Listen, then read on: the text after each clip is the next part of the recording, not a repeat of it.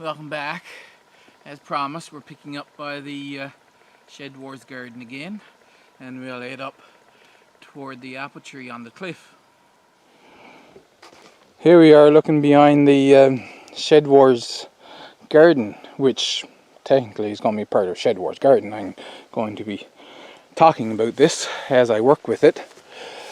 But the dam that I put in last year, and then I've got this mowed down now with the line trimmer, and that's our pond. And then I'm going to have a pond down this side. The alders I'm going to cut out of it. This is a willow of some sort. I'm going to leave that there. This pond is going to be big, see, because the dam is going to be down just this side of the bridge that goes over to the greenhouse. But I can make it high enough. This line of flat rocks you see here, I think is fairly level along the top end. So I can build the dam up down there big enough that I will have a full pond coming right on up to here. Yesterday I was out walking around and I found something very interesting.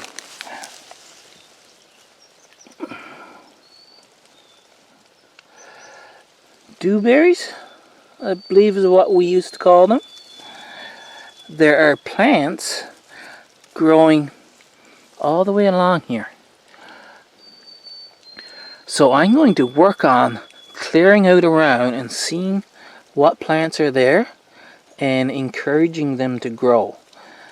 When we were kids, we'd go picking strawberries and blueberries. These don't grow plentiful enough to go and pick gallons of them. But we would look for these because whatever berry we were out to be picking, we weren't allowed to eat those. We had to put those in our bucket. So we were always on the lookout for berries that we could eat, and these were one of them. My two surviving Chippewa blueberries, this one's doing well. It had a whole lot of flowers on it this year, but it's not putting out half as many fruit as it did flowers. Now I didn't test the soil here, but it's just that because I have lots of wild blueberries growing up right there. So just right alongside there are blueberries growing. And so I just put them in there to see what the high bush blueberry will be like. And I will get some blueberries this year. And we'll see how they take off in the future. So this is backing up now. I'll just give you a little swing. We got our maple tree. The first Shed Wars bed. Second Shed Wars bed. That's an old apple tree there that wasn't producing. Then there's the blueberry bush.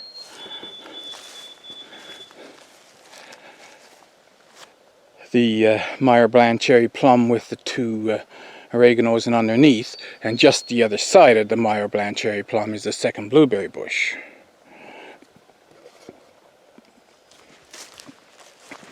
My garden is starting to take the form of what I had envisioned. You can see features coming out, and so we'll walk along here and you'll get to see what I see as I walk. Right here is a serviceberry. This we didn't look for when we were berry picking because they grow more just inside the forest zone, really. And I'm trying to see, the berries so far don't look like they're going to be as bad. I had a sulfur fungicide that when the flowers opened, I sprayed them, and then I sprayed them a week later. Just a couple of the trees to see if I can actually get some edible berries, because we have the cedar apple rust that infects serviceberry here. So let's turn back. I have another maple tree there. It's growing so slowly, it's as old as the other one. But because the soil is so wet here all the time, that the tree is growing really slowly, so the roosters are starting to crow. It's not big enough for me to tap, even though it's the same age as the other one. So we're walking up here in the main area where I'm going to be growing, and this is the alpine strawberry. This is another thing I think I'm going to be doing today, is go pick some alpine strawberries just for fun of it. They are quite plentiful around the garden.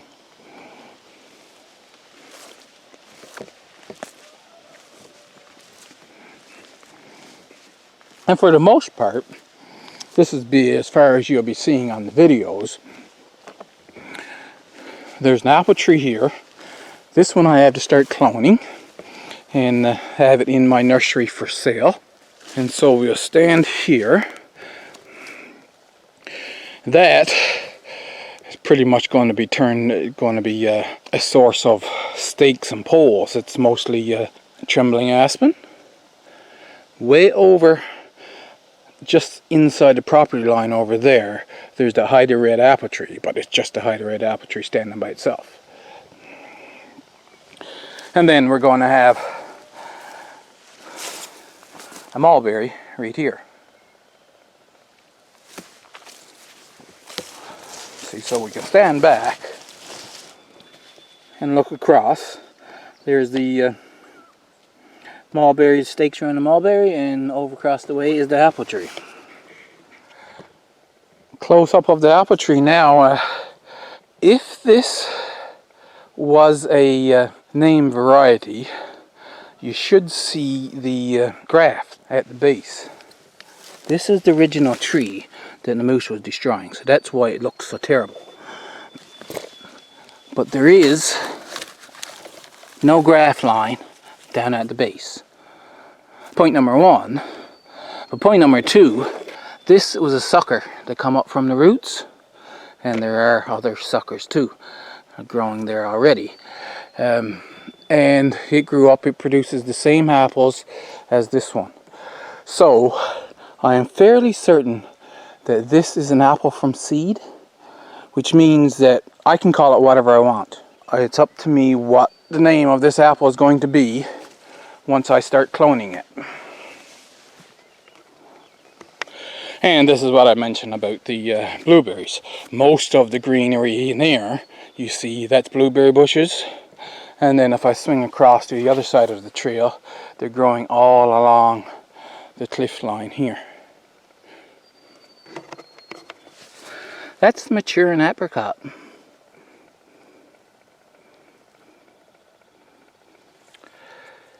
He seemed to have died back a bit in the winter, but he's coming up good. You'll see year by year how it grows. It's one we have to just keep watching so far. And I'm fairly sure Carolina Allspice is going to do well here. Well, I shouldn't say fairly sure, I guess, but according to it's going through its first winter, it seems to do very well. You just have to put it in the right place.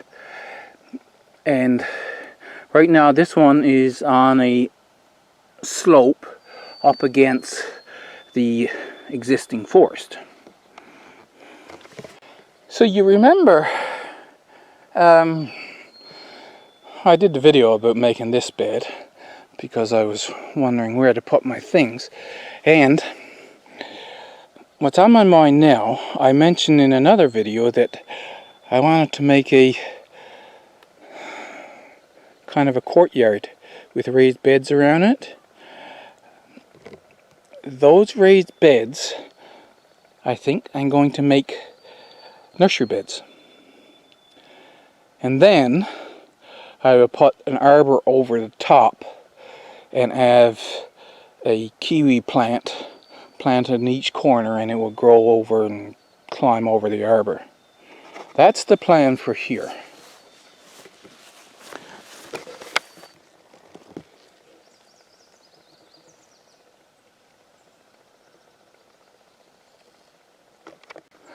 As bushes do, they send up their new shoots from way down low or from the ground, and some of the lower ones lay right out. You see these are laying right on the ground.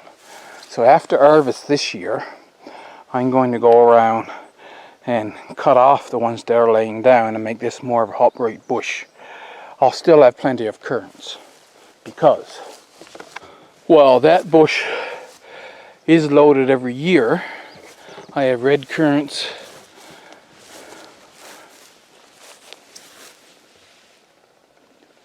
that's black currants apparently.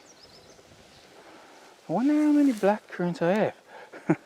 So, because these are just starting to produce, you see, but they seem like they're going to be good producers. These here are kind of struggled with the weeds that I have to get out, but they are producing good. Now, here's the thing. I was told that these were currants. And when I bought these bushes, I was under the impression that they were gooseberries. Now, this is a gooseberry from my Pixwell gooseberry that I bought this year. These two are from that line of currant bushes that I just showed you. And these two smallest ones, that's the size that I get off of that white currant bush that I thought was a gooseberry, but it is obviously a currant. So the line of gooseberries, these two here, are in between the Pixwell gooseberry and the known white currants. Speaking of Pixwell gooseberry, of course, that's the Pixwell gooseberry there. He's still getting himself settled in. This is another one of my ornamental plants. Comes loaded in beautiful white flowers every year. I'll bring you in for a close-up.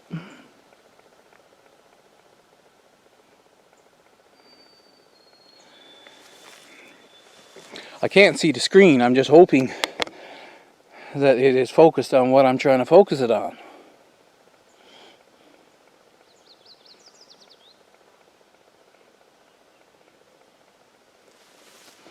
It too is a bush, and I had to clear out some of the lower branches to give it a more upright form.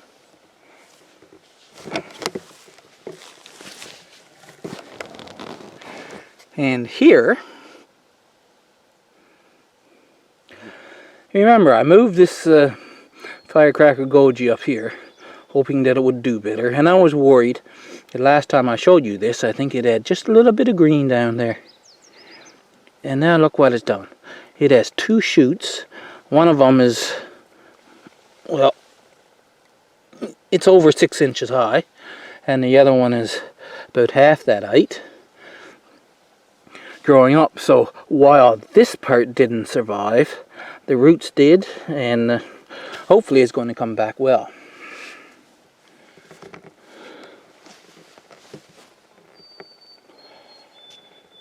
So, no sign of berries on this. It lost every one by the looks of it. You know what I could do? You know that apple tree? This is a cherry tree, told you relative. Technically, I can graft a apple tree onto this. Don't know if I'll try that or no, because I'm actually wondering whether I can get this thing to grow again here. So I'll look into that later this year. The raspberry bushes are the golden raspberries, and yeah, they're going to be loaded this year, and they're growing everywhere. They grow like weeds. The sugar maple is doing well. That vegetation you see there, it's green, it's quite green, but then come on when it gets warmer in the summer, it turns, a lot of the leaves turns that reddish color. That's normal for this. And it has the yellow flowers. That's honeysuckle, mountain honeysuckle I think it's called. Along with that mountain ash right here.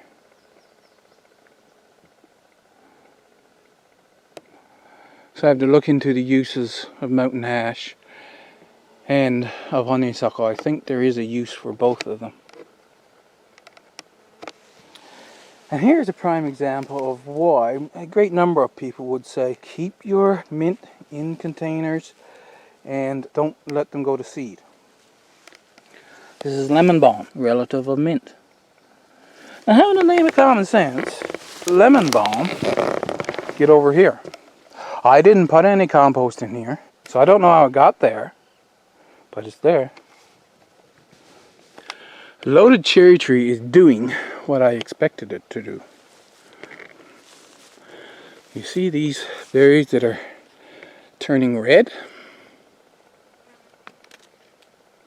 They'll fall right off. If I do that with the green one, see, he won't fall off. That is because the tree is shedding quite a few of its fruit. It has too much fruit to mature, so it's shedding a lot of it. And I expected that.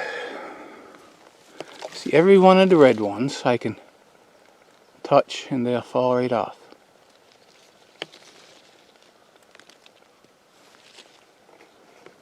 So I'll do a little swing around at this point now and show you. Okay, so there is the wisteria,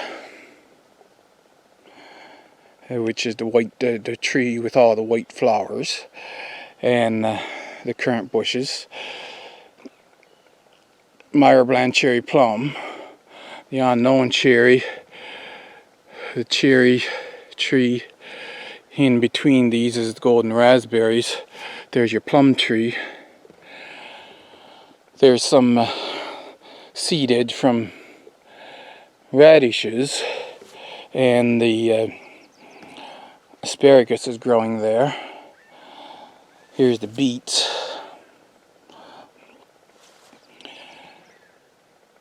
Rhubarb. We're looking out over the regular garden bed here now, with potatoes, strawberries, garlic. The yellow flowers are mustard. They're not technically supposed to be there, but I decided to leave them there. Their onions is growing beneath them.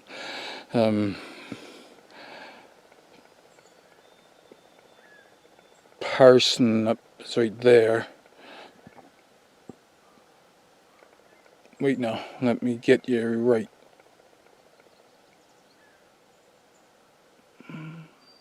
That one's parsnip. That one's where I'm trying to get carrots to grow. This one is where most of the mustard is growing. And then you can't see the outside one from here. So here we go, just a little swing of the sunny patch from this angle. We'll make our second cut here. And in the next video we'll start over at the shady plot. Hope you enjoyed it, and I'll see you in the next video.